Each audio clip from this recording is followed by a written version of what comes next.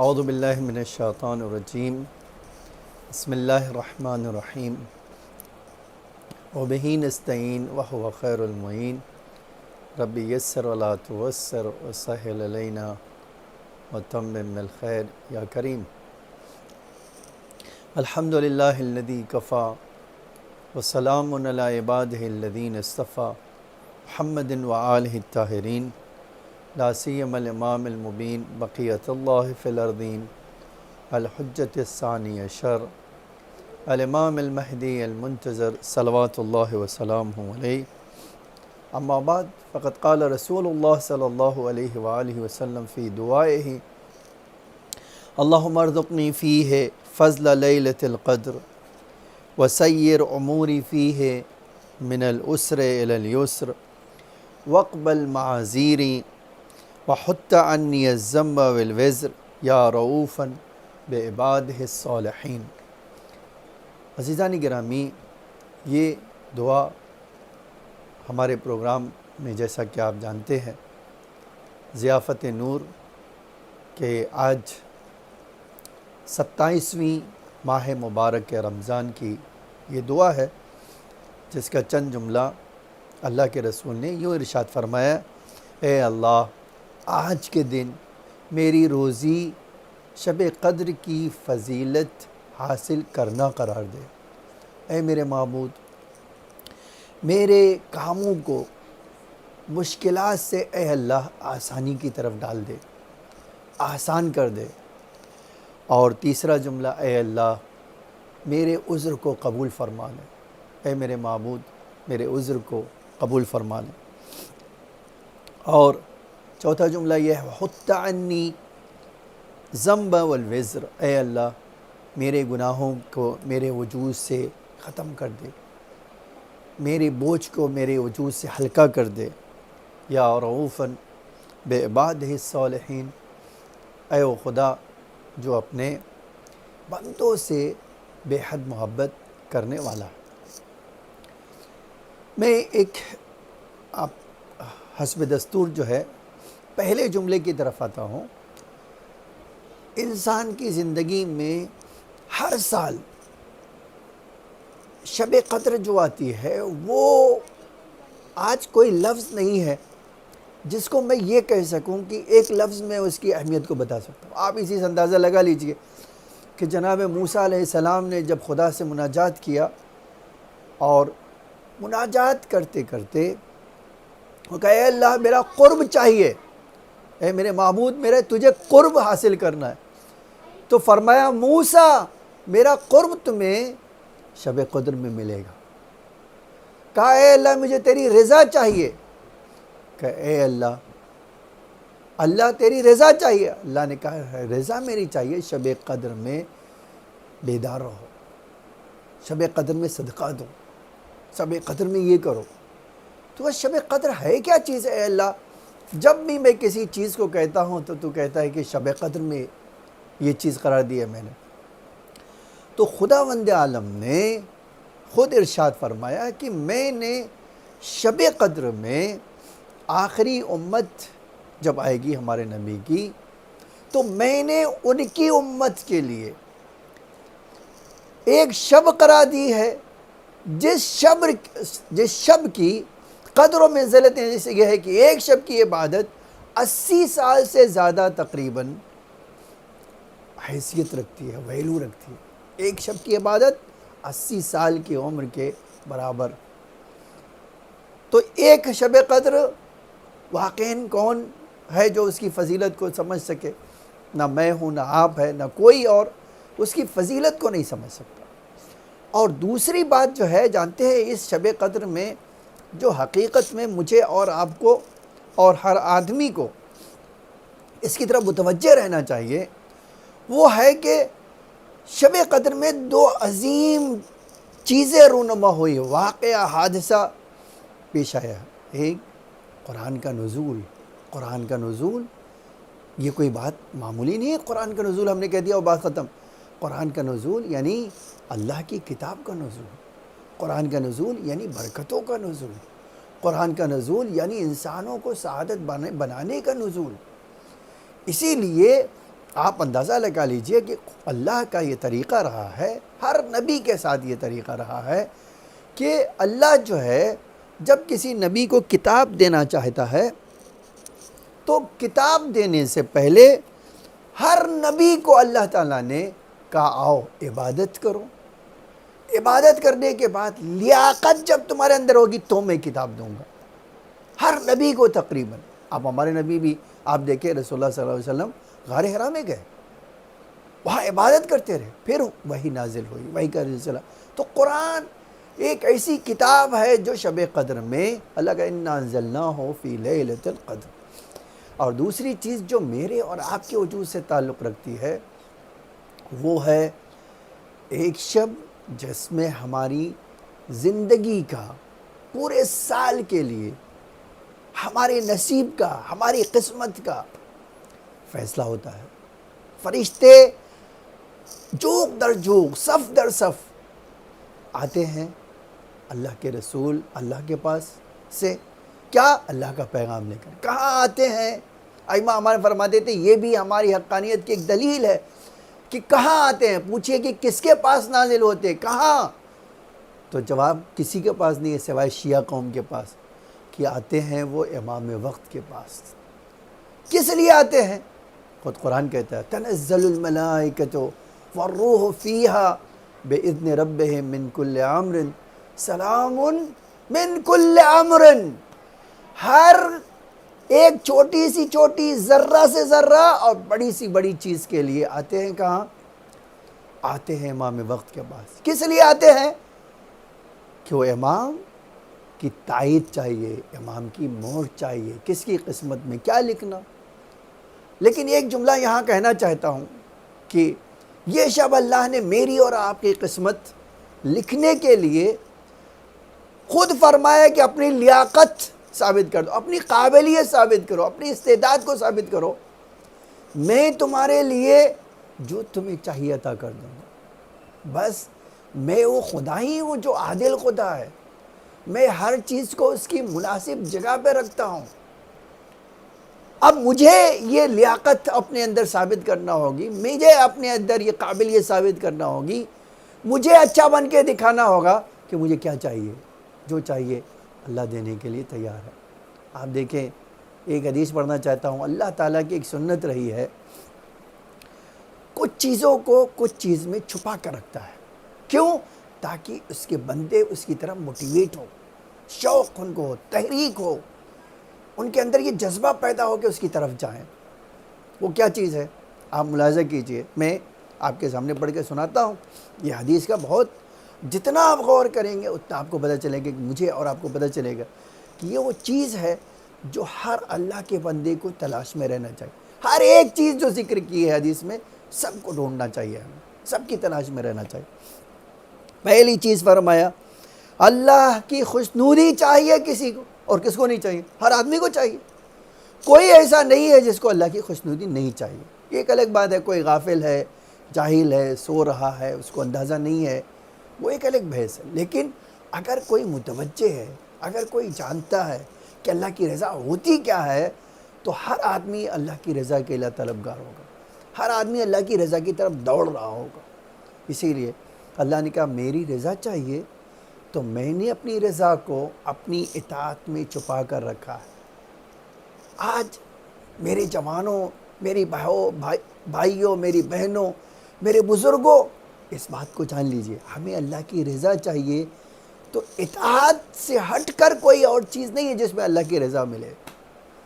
اب اگر آپ یہ حدیثوں میں پڑھتے ہیں کہ اللہ نے ہماری شہزادی کو اپنی رضا کا ذریعہ بنائے، تو آپ جان لیجئے شہزادی بھی خود کہتی ہوئی نظر آتی ہے کہ میری رضا اللہ کی اطاعت میں ہے، میری ناراضگی اللہ کی مخالفت میں ہے، اللہ کی معصیت میں ہے۔ تو یہ خود یہ آج مجھے اللہ کی رضا چاہیے تو امام زمانہ کی اطاعت میں ہے۔ کیوں؟ اس لیے کہ اللہ نے اپنی اطاعت کا مرکز انہیں بنایا ہے۔ بغیر اللہ کی اطاعت کے، بغیر ان کی سیرت پہ چلے ہوئے کسی ایک آدمی کو وہ چیز رضا اللہ کی حاصل نہیں ہوتی۔ تو پہلی چیز یہ تھی کہ اللہ تعالیٰ نے اپنی رضا کو اپنی اطاعت میں چھپا کر رکھا ہے، اور جس کسی کو بھی اللہ کی رضا چاہیے اس کو اطاعت کرنا ہوگا، بغیر اطاعت کے اللہ کی رضا ملنے والی نہیں ہے۔ یہ ایک چیز تھی۔ دوسری چیز، اللہ کا غضب کس میں ہے؟ حدیث کہتی ہے کہ اللہ کا غضب اس نے معصیت میں، گناہ میں چھپا کے رکھا۔ آج کتنے واقعات آپ کے سامنے ذکر کر سکتا ہوں۔ اللہ کا غضب نازل کیوں ہوا؟ سیدھا جملہ قرآن کا ہے، اس لیے کہ انہوں نے حد سے زیادہ، کس نے؟ انسانوں نے حد سے زیادہ جب طغیانیت اور سرکشی شروع کی تو اللہ کہتا ہے کہ پھر میں نے ان کے اوپر عذاب۔ ایسا نہیں کہ خالی آج ہم جناب یونس کا واقعہ پڑھے، آپ کبھی اندازہ لگائیے کہ انبیاء کتنی محنت کرتے تھے، کتنی محنت۔ میں نے تاریخ میں دیکھا کہ 33 سال، مجھے جو یاد ہے 33 سال جناب یونس نے اپنی قوم کو سمجھایا، طرح طرح سے سمجھایا، یہاں تک کہ اتنا سمجھایا اور کتنے لوگ ایمان لائے؟ 2۔ آپ کبھی سوچئے، ایک عابد اور ایک عالم، بس پوری قوم میں سے 2 ایمان۔ لیکن اللہ نے کیا کیا؟ جناب یونس نے ان کے لیے بد دعا کی۔ جیسے ہی بد دعا کی، آسمان سے غضب خدا کے جب بادل آئے تو وہی جناب یونس سے، جس نے اللہ کا پیغام لیا تھا، جس نے اللہ کی رضا کو سمجھا تھا، جس نے اللہ کی اطاعت کو سمجھا تھا، اس نے کیا کیا؟ اس نے ڈرایا ہے کہ ابھی بھی موقع ہے، عذاب آنے والا ہے، تمہارے سر پہ منڈلا رہا ہے۔ اور قرآن نے بڑا لطیف جملہ اس جگہ پر کہا ہے۔ قرآن نے کہا ہے کہ سوائے قوم یونس کے، کہ جب سر پہ عذاب منڈلانے لگا اور انہوں نے گڑ گڑا کر مناجات کی، توبہ کیا، استغفار کیا، میں نے ان سے عذاب کو ٹال دیا۔ یہ صرف جانتے کیا؟ یہ مہلت جناب یونس کی قوم کو ملی، بقیہ کسی کو نہیں ملی۔ اس لیے کہ جب اب آ جائے آپ کے سر پہ عذاب تو آپ کہیں ایمان لاؤں، اللہ کو یہ قبول نہیں۔ یہ جو ہے صرف جناب یونس کی قوم کے لیے۔ لیکن آپ اس سے اندازہ لگا سکتے ہیں کہ غضب خدا کس میں پوشیدہ ہے؟ معصیت خدا میں۔ جتنا آپ معصیت کریں گے، جتنا میں معصیت کروں گا، دنیا میں کوئی بھی معصیت کرے گا، اتنا ہی اللہ اس سے ناراض ہوگا۔ اللہ کا غضب اس کے، اللہ نہ کرے مجھے اور آپ کو کہ اللہ کے غضب کا شکار ہونا پڑے۔ ہم میں تو اور آپ کو مناجات کرنا ہے، رونا ہے، گڑ گڑانا ہے، تاکہ ہمیں اللہ کی رحمت ملے، ہمیں اللہ کا غضب نہ ملے۔ تو دوسری چیز ہے کہ اگر مجھے اللہ کا غضب دیکھنا ہے تو وہ معصیت میں پایا جاتا ہے۔ معصیت کریں گے، پوری تاریخ اٹھا کے پڑھ لیں، قرآن اٹھا کے، جگہ جگہ اللہ نے اس بارے میں بات کی۔ اور تیسری چیز، اولیاء کو اللہ نے اپنے اولیاء کا محبوب بندوں کو چھپا کے کہاں رکھا ہے؟ آپ یقین جانیں اللہ نے اپنے محبوب بندوں کو چھپا کے رکھا ہے اسی عوام الناس کے درمیان۔ اسی عوام الناس کے درمیان آپ آج کتنے واقعات ہیں۔ میں چلیے کہ امام زمان علیہ السلام کے ایک واقعہ ذکر کرتا ہوں۔ آپ میں شاید یہ سوچ نہیں سکتے کہ اللہ اپنے اولیاء کو ہمارے درمیان کیسے چھپا کے رکھتا ہے۔ سید ابن طاؤس جیسا با معرفت مقدس عالم کہتا ہے، میں نے امام سے ملاقات کے لیے پورے سال عبادت، مناجات، گڑ گڑانا، دعا کرنا پورے سال جاری رکھا۔ اب جب سال ہوا مجھے پیغام آیا، امام زمانہ علیہ السلام، ہاں اجازت تمہیں شرف یابی کے لیے امام کی بارگاہ میں آنے کی اجازت مل گئی۔ پوچھا کہاں؟ جواب آیا کہ خربوزہ بیچنے والے بازار میں، جہاں پوری بازار فروٹس کی ہے اصفہان میں، وہاں تمہیں بلایا ہے، دارین اصفہان میں۔ وہ کہتے ہیں کہ میں جو ہے میں گیا، اور اب تو امام زمان علیہ السلام کو مجھے بتا دیا بھائی یہاں بازار میں امام ملیں گے، اور میں دھیرے دھیرے اب ہر طرف نگاہیں دوڑاتے ہوئے، میری آنکھیں جستجو کر رہی ہیں اس ولی خدا کی، زہرا کے لال کو دیکھنے کی اتنا بڑا شرف مجھے مل رہا ہے کہ میں نے اپنی محنت سے، اپنی عبادتوں سے آخر امام کی بارگاہ میں حاضر ہونے کا شرف حاصل ہی کر لیا۔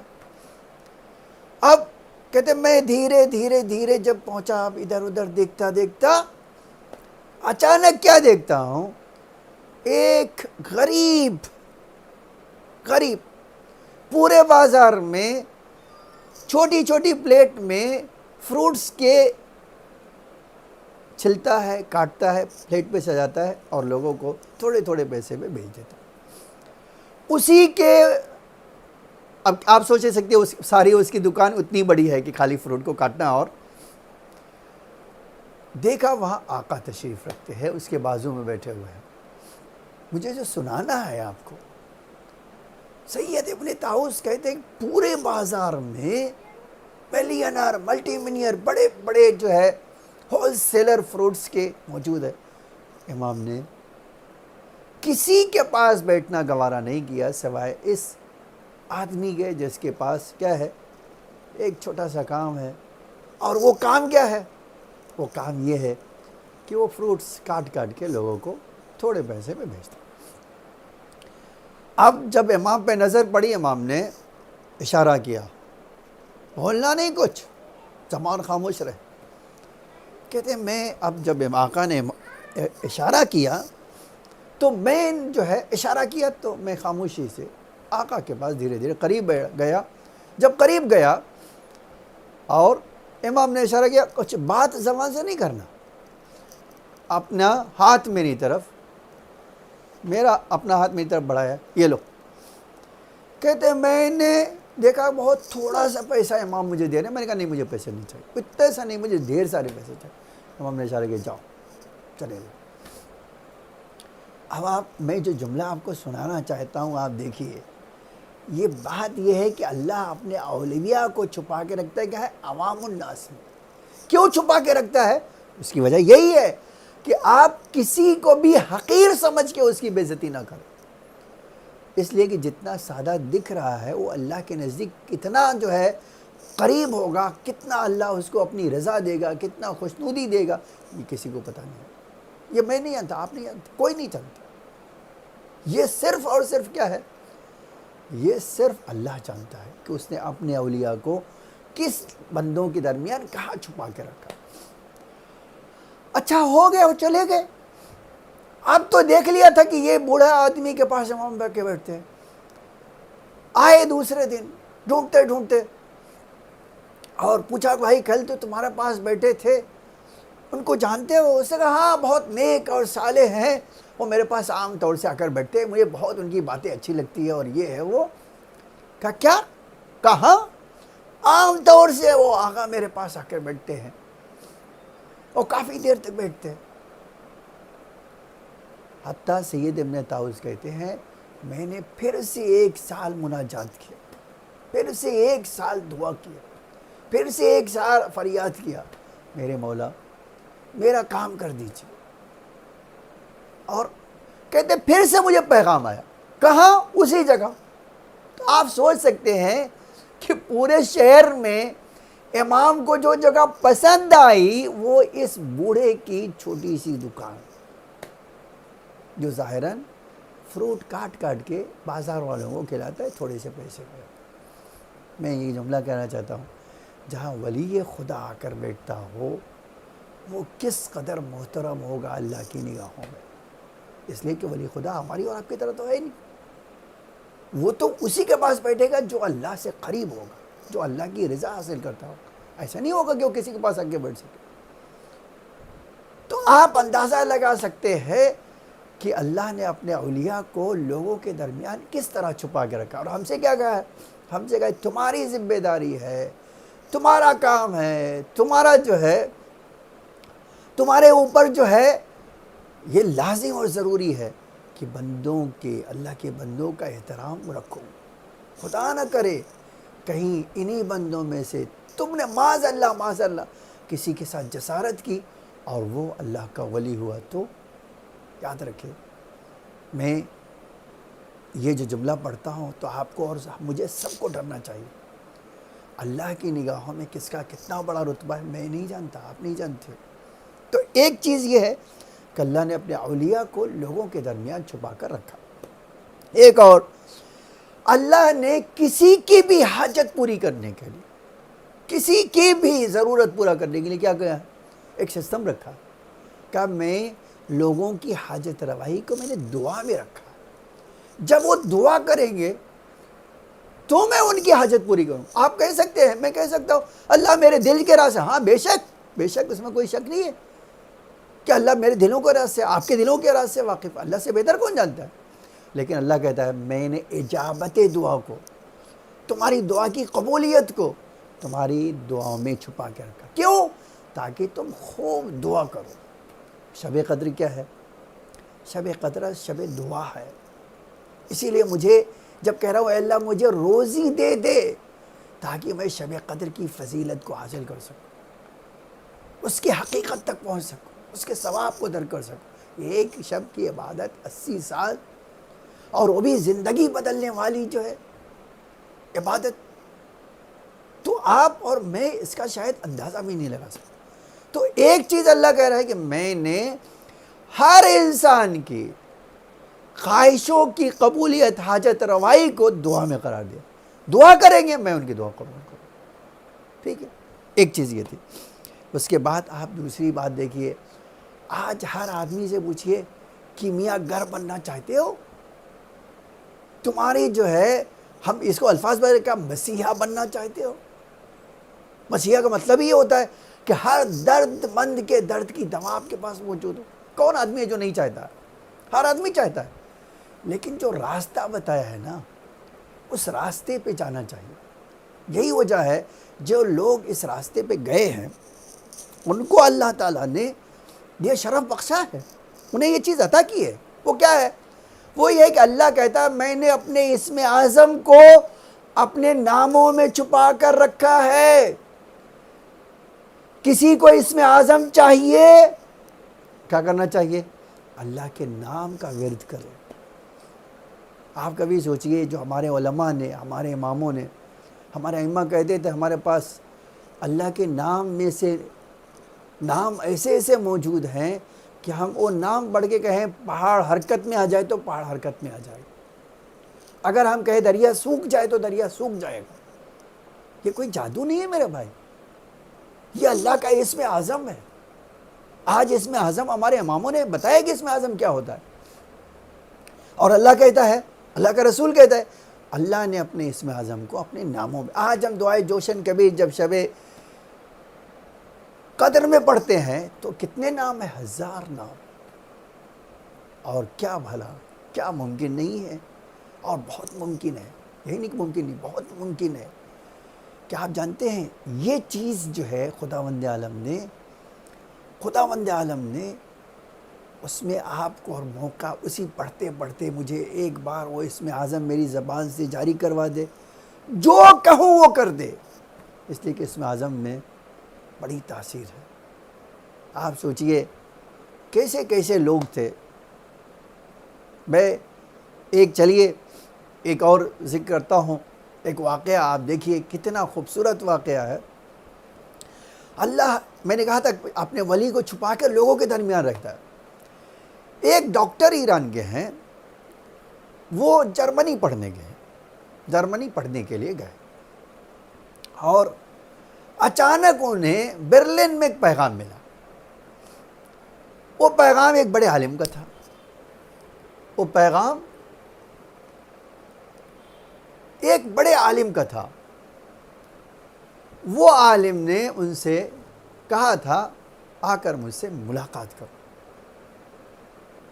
کہتے ہیں برلن میں جب مجھے یہ پیغام ملا تو میں حیران و پریشان ہو گیا کہ اس ٹھنڈک کے ماحول میں، موسم میں، اور ایک ایسے عالم جن کو فزیکلی پرابلم ہے وہ یہاں مجھے ملاقات کرنے بلاتے. گیا میں ملاقات کے لیے تو ایڈریس میں ایک پہاڑی پہ بلندی پہ تھا.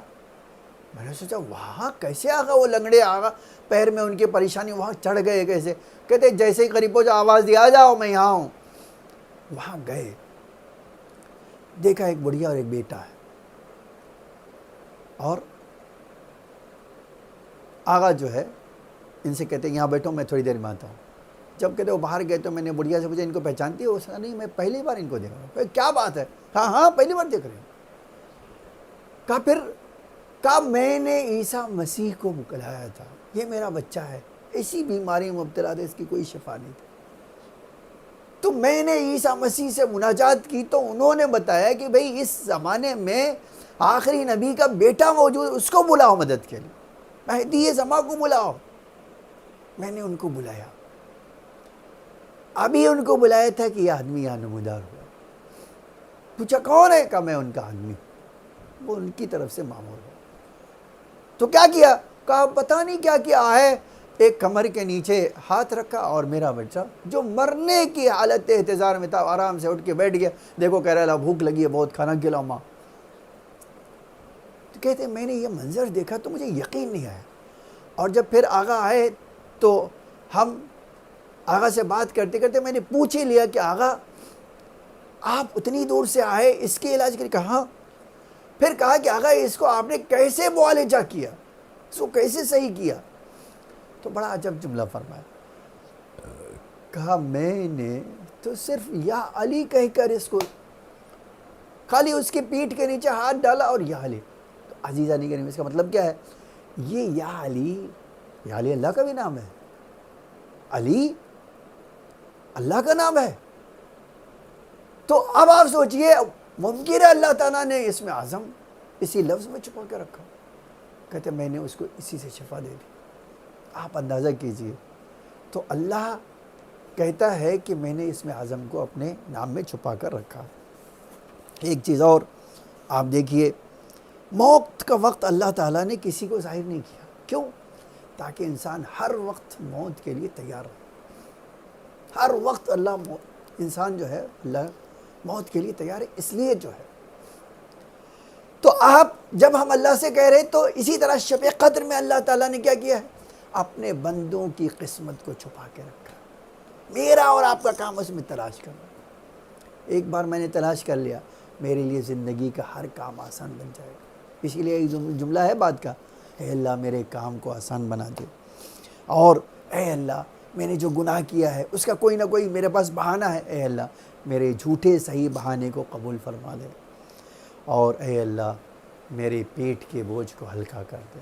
عزیزان گرامی, اللہ اپنے بندوں سے بے حد محبت کرتا ہے. اللہ سے زیادہ کوئی محبت کرنے والا نہیں ہے. بس ہمیں شب قدر میں اللہ کی محبت کو کسی طرح حاصل کر لینا, چاہے گڑ گڑا کر, دعا مانگ کر, کسی کی مدد دے کر, صدقہ دے کر, کچھ بھی کر کے اللہ سے ہمیں اس کی محبت لینا. ایک بار محبت لے لیا, اللہ آپ کو وہ دے دے گا, مجھے وہ دے گا جو کوئی انسان سوچ نہیں سکتا ہے. عزیزان گرامی, میں نے بات اپنی مکمل کر لی. آئیے ہم سلام کرتے ہیں اپنے آقا اور مولا کو. شب قدر میں ایک عظیم ظلم ہمارے آقا امام علی علیہ السلام پہ ڈھایا گیا. وہ علی جس سے بڑھ کر محبت کرنے والا کائنات میں باپ نہیں ہے, لیکن اسی علی کے ساتھ کیسا ظلم کیا گیا. امام جب یہ کہتے تھے 25 سال میں نے اس طرح کاٹے ہیں کہ جیسے کسی کا آدمی کی آنکھوں میں کانٹے چبھ جائے اور حلق میں ہڈی پھنس جائے. یہ بہت سخت مرحلہ ہوتا ہے.